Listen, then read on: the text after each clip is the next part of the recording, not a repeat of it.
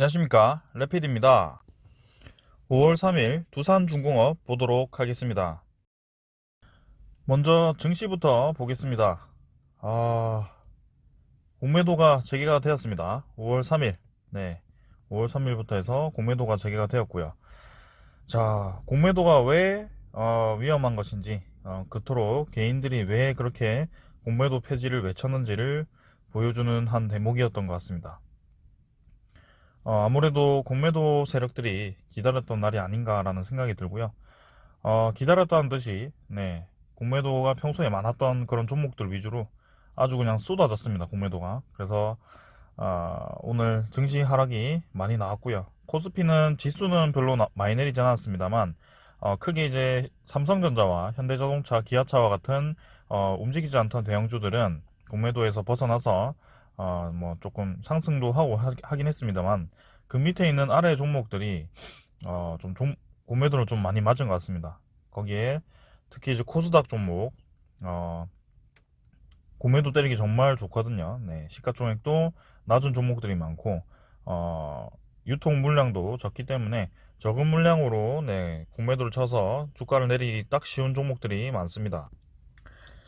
자, 그래서 코스닥이 지금 먼저 차트 보겠습니다. 지금 뭐 공매도 재개 전부터 해서 미리 차익 실현 물량도 나왔고요. 공매도 시작되자마자 공매도로 인해서 또 하락을 했습니다. 자, 이렇게 되면 공매도를 쳐서 주가를 끌어내렸을 때는 바로 반등이 급하게 나오지 않습니다. 이전에는 공매도가 금지되었기 때문에 이렇게 V자로 반등이 되었지만 공매도의 무서운 점은 공매도 세력이 하기 전까지는 수급이 들어오지 않는다는 점입니다. 그래서 V자 반등이 저는 어렵다고 생각을 하고 있고 이제부터는 진짜 상승 흐름에 좀 제동이 걸렸다라고 좀 생각을 할 수 있을 것 같습니다. 자, 그래서 좀 시간을 가지면서 옆으로 횡보를 하면서 좀 진행이 되지 않을까라는 생각이고요. 그토록 공매도 폐지를 외쳤다가 이제 공매도 재개가 좀 되었는데요. 상당히 기분 나쁜 음봉이 나와버렸습니다. 자, 투자자도 이제 외국인과 이제 기관이 매도를 했고요. 특히 이제 외국인이 많이 매도를 한 것 같고요. 외국인이 공매도를 좀 많이 친 게 아닌가라는 생각을 좀 해봅니다. 네, 사모펀드도 심심찮게 매도를 했고요. 자, 그 다음에는 코스피도 마찬가지 61선 위에 위치하고 있지만 마찬가지로 코스닥처럼 계속 연일 하락을 하고 있습니다. 그래서 지금 오히려 이제 실적주들이 네, 큰 종목들이 좀 잘 버텨주면서 그나마 이제 코스닥보다는 지수 하락이 괜찮았지만 나머지 큰 대형주 제외를 하고는 여전히 많이 공매도 공격을 받은 것 같습니다. 자, 그래서 딱 고점을 넘지 못하고 네, 내려와 버렸고요. 네, 61선 아래로도 코스피가 다시 한번 내려갈 수 있다. 네, 그렇게 생각합니다. 뭐 공매도 제도에 대해서 뭐 보완을 한다는 것이 개인들도 공매도를 치게 해주겠다. 뭐 이렇게 한 것 같은데 별로 네, 효율적이지 못한 제도라고 생각합니다. 저는 공매도라는 것이 왜 그토록 사람들이 불만을 가지고 그 공매도를 폐지를 외쳤는지 그 공매도에 대한 순기능 말고 네, 악기능이죠. 악기능을 전혀 보완하지 못한 채로 지금 공매도가 재개가 되었고요. 지금 뭐 대표적으로 보시면 뭐 지금 종목들 많습니다. 네, 오늘 바이오 종목도 다 내렸고 에너지 종목 제가 주력으로 분석하는 두산중공업, 두산인프라코아 다 내렸고요. 네, 지금 뭐 예, 뭐 KMW 이런 네, RF 뭐죠? 5G 종목도 내렸고요. 진단키트 종목 그냥 폭락했고요. 바이오 종목도 마찬가지 폭락을 했고요. 지금 여러분들이 생각하실 때는 이렇게 증시가 폭락해야 되는 날이 맞나 싶을 정도죠. 네. 뭐 북한 그런 얘기도 있고 좀 악재도 있긴 했습니다만 평소보다 지금 이 폭이 굉장히 컸고요. 실제로 받치는 물량이 없이 그냥 쏟아져 내리는 네, 그런 패턴이 나왔습니다. 그게 정확하게 공매도의 악기능입니다. 네. 그래서 정말 내릴 필요가 없는 구간에서 공매도를 치게 되면 올라가지 않고요. 네, 한참 기다려야 되고요. 그래서 이제는 차트 분석이 그리 만만하지 않은 그런 시기가 왔다라고 생각을 하고요. 진짜 이제 승리를 하기 위해서는 같이 투자를 해서 천천히 좀 진입을 해야 된다라고 생각을 합니다. 자, 그래서 오늘은 네, 이렇게 보겠습니다. 증시는 요 정도로 보고요. 내일부터 해서는 네, 공매도가 바로 상한이 될지는 모르겠습니다만 일단은 이렇게 하락이 나온다는 것은 저는 당분간은 증시가 좋지 않은 방향으로 갈 거라고 생각합니다. 네. 자, 그럼 두산중공업 보도록 하겠습니다. 오늘 1150원 내려서 12,800원으로 마무리를 했습니다. 자, 진짜 공매도 참 너무할 정도로 네, 때렸고요. 참 혹시나 했습니다. 네, 혹시나 해서 61선까지도 좀 생각을 잠깐 했었는데 진짜 이렇게 내려올 줄은 몰랐네요. 하루 만에. 그것도 하루 만에 이렇게 내릴 줄 몰랐습니다. 그래서 두산중공업이 전혀 네, 내릴 이유가 없음에도 불구하고 그냥 주가가 조금 상승해 있는 상태라고 해서 딱 공매도 치기 좋은 상태죠. 네, 그래서 그렇게 때려버린 것 같습니다. 참 어이가 없는 상황이고요. 두산중공업 이외에도 오늘 다른 종목들이 모두 좀 때려 맞아가지고 참 뭐라 말씀드릴 게 없습니다. 오늘 같은 날은. 그래서 이렇게 공매도 재개가 되면 어항이 벙벙한 네, 그런 날이 한 번씩 있고요. 여기에 대해서는 이제는 네, V자로 아까도 제가 증시 설명하면서 말씀드렸지만 V자로 바로 올리는 그런 구간이 좀 없지 않을까 그런 생각입니다. 그래서 L자로 이렇게 횡보를 좀 하거나 아니면 좀 더 왔다 갔다 하거나 아니면 지금 시간외가 좀 더 내렸습니다. 두산중공업 같은 경우가 12,650원까지 지금 밀어 내렸는데 일단은 61선을 기준으로 네, 여기서는 좀 지켜주지 않을까라는 생각입니다. 그래서 12,400원까지 좀 보셔야 될 것 같고요. 혹시나 제가 21선을 오늘 좀 이탈하면서 네, 여기 이탈하면서 마무리를 하면 수익 매매 분들은 좀 정리를 하라라고 말씀을 드리려고 했는데 뭐 그런 말을 하기도 전에 이렇게 그냥 하루 만에 뭐 10%가량 뭐 거의 뭐 두산중공업 실적 발표했는데 대량 뭐 적자 이런 뉴스가 나와야지 내릴 수 있는 그런 규모가 내려버렸습니다. 이렇게 되면 네, 어쩔 수가 없죠. 네, 장기 투자자분들은 그냥 추가 매수 기회다라고 생각하시고 지금 당장 매수하시기보다는 좀 더 지켜보시다가 시장이 좀 안정화되었을 때 다시 진입을 하시는 게 좋을 것 같고요. 수익 매매 분들은 네, 지금 만약에 고점에서 14,000원에 들어가신 분들은 좀 그냥 가만히 놔두시면 될 것 같습니다. 지금은 더 이상 돈을 더 부었다가는 어떻게 될지는 모르기 때문에 일단 가만히 계시는 게 좋을 것 같고요. 지금 증시 전체가 지금 분위기가 좋지 않기 때문에 신중하게 매수를 하시길 바랍니다. 자, 그래서 좀 매력적인 가격으로 한 번에 떨어지긴 했는데요. 일단 지켜보겠습니다. 네, 두산중공업 실적도 턴어라운드 했고 지금 앞으로가 더 기대되기 때문에 좀 좋게 방향을 잡고 계속 진행이 되었는데 공매도 재개가 되자마자 하루 만에 이렇게 한 방에 좀 그간은 이제 어렵게 올려왔던 그 주가를 한 방에 내리니까 좀 허탈하긴 합니다. 그래서 5월달에 이제 예상과는 다르게 이렇게 음봉을 크게 줘버렸고요. 네, 이러면 또 네, 요 정도 라인이죠. 요 정도 라인을 또 지키면서 좀 더 횡보를 할지 일단은 5월달에 어떻게 될지 좀 걱정이 되긴 합니다. 한번 지켜보겠습니다. 근데 한번 이제 관악폭에 대해서 좀 반등이 있을 거라고 생각하는데 그 반등폭이 이전처럼 하루 만에 V자로 올리는 그런 폭이 나올 것 같지는 않습니다. 공매도 세력이 이미 공매도를 때렸다고 생각하고 있기 때문에 네. 그래서 일단은 투자자를 보시면 기관과 외국인이 모두 쌍매도를 했고요. 개인이 매수했습니다. 특히 이제 금융투자와 그다음에 연기금은 매도를 좀 했습니다만 크게 많은 양은 아니에요. 근데 이제는 뭔가 매수에 이 불이 꺼진 것인지 일단은 이틀 연속 매도가 나왔고요. 그래도 주포 세력은 나가지 않았다라는 것이 중요하긴 합니다. 주 매도 세력은 이제 외국인이죠. 네, 외국인. 자, 그래서 실제로 두산중공업에 오늘 공매도를 얼마나 때렸는지 한번 보도록 하겠습니다. 자, 공매도 신용을 보시면 공매도를 보겠습니다. 오늘 76만 주 때렸고요.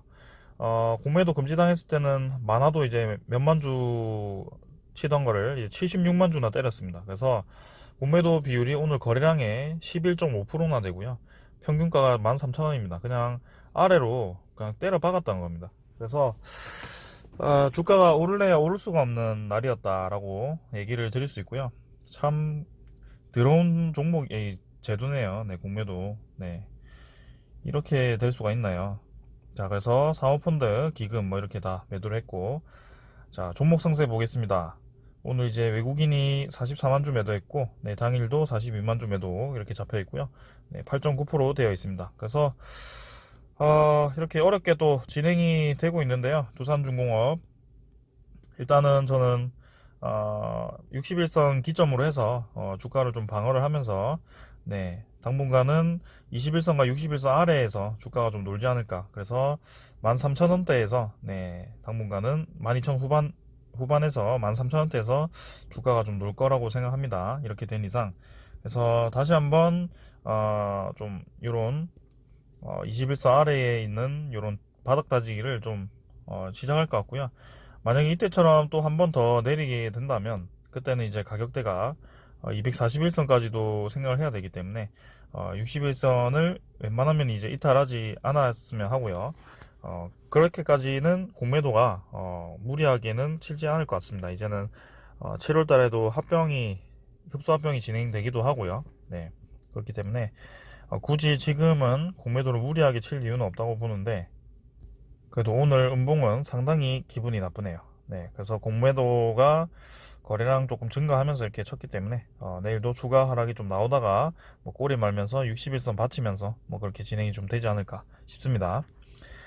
그래서 두산중공업만 이렇게 내린 것이 아니고요. 지금 모든 종목이 거의 다 내렸기 때문에 오늘 제가 아침에 좀 현금 보유하던 거를 좀 다른 종목에 좀 투자를 했는데 이게 크게 당했습니다. 네, 그래서 조금은 더 지켜보다가 들어갈 걸 그랬어요. 일단은 네, 두산중공업도 일단 크게 내렸는데 한번 지켜보겠습니다. 자, 그래서 차트는 이 정도로 보고요. 오늘 뭐 크게 볼 게 없네요. 그래서 공매도 잔고는 뭐 지금 거는 볼 필요가 없습니다. 네, 그래서 자, 잔고 수량이 170만 주긴 합니다만 이틀 뒤에 네, 나오는 잔고 수량을 봐야 될 것 같습니다. 이렇게 쏟아져 내리니까 뭐 주가가 오를 수가 없죠. 네, 이 정도로 보고요. 대차 잔고도 네, 아까 뭐 늘어있는 상태였던 것 같고 뭐 그냥 소식만 좀 보고 넘어가도록 하겠습니다. 뭐 두산중공업 이제 블루 그린 수소를 청정 수소 생산 속도를 낸다. 그래서 간단하게만 보겠고요. 내년에 이제 완공하는 공장이 있죠. 창원 공장에 블루 수소를 생산하게 됩니다. 그래서 블루 수소라는 것은 그린 수소보다는 완전히 이제 친환경적인 면이 아닌데요.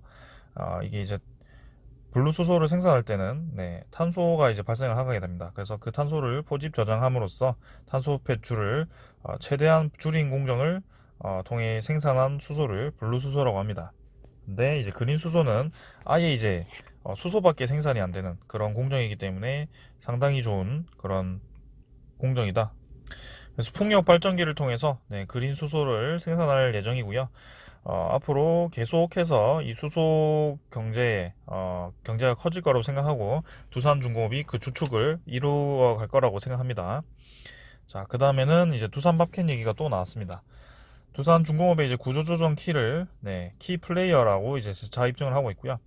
올해 1분기가 이제 턴어라운드를 하긴 했습니다만 그 주된 역할이 이제 두산중공업도 있지만 두산밥켓이 상당한 큰 영향을 미쳤다라고 이 기사에 나와 있습니다. 두산중공업이 이제 자체 영업이익도 500억으로 이제 흑자 전환을 했습니다. 그래서 어, 어, 이렇게 네, 더 이상 이제 부채에 대한 그런 위험이 떨어졌다라고 해석을 할 수도 있고요. 근데 아직까지는 자체 이제 영업이익이 부족하기 때문에 그걸 이제 두산밥켓으로 메우고 있다라고 얘기를 하고 있고요. 두산밥켓이 그만큼 돈을 잘 벌고 네, 배당금도 많이 주기 때문에 지금 두산밥켓을 바로 두산중공업 아래에 두게 되면 두산중공업이 상당히 네, 좋은 효과를 볼 수 있다라고 얘기를 하고 있습니다. 그래서 연결 배당 성향이 이제 상당히 높았던 곳인데 올해 배당을 주지 않았던 것 같고요. 네, 그래서 지금 배당을 주게 되면 두산인프라코아로 배당금이 가기 때문에 배당을 주지 않은 것 같습니다. 그래서 그 현금이 이제 두산중공업으로 유입될 가능성이 높고요. 근데 또 다른 이제 얘기가 있습니다. 이렇게 현금이 유입되고 좋긴 하지만 구조조정 퍼즐을 완성하기 위해서는 1조 이상의 이 돈이 더 필요하다라고 평가를 하고 있습니다. 네. 그래서 그 1조 이상으로 현재 평가가 되고 있는 두산밥켓을 매각을 하는 것이 아니냐라는 얘기가 계속 나오고 있고요. 실제로 시장에서 뭔가 떠도는 얘기가 있는 것 같아요. 지금 계속 이렇게 기사로 다뤄지는 걸 보면 뭔가 어느 정도 이 매각에 대해서 얘기가 좀 나오는 것 같습니다. 그래서 두산밥켓이 실제로 매각이 될지 안 될지는 좀 더 정확하게 공식적으로 공시가 뜨기 전까지는 뭐 이렇게 예측을 할 수밖에 없는데요. 그 전까지는 뭐 그냥 넘겨지지는 않겠습니다. 네.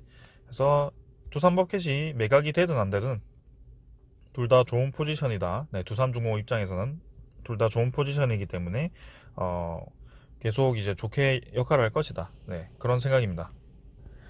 자, 그래서 오늘 사실은 이제 두산 지주사는 많이 올랐습니다. 네, 두산 지주사는 잘 올라가는데 이 공매도로부터 좀 자유롭지 못한 이 종목들이 좀 하락을 크게 한 것 같고요.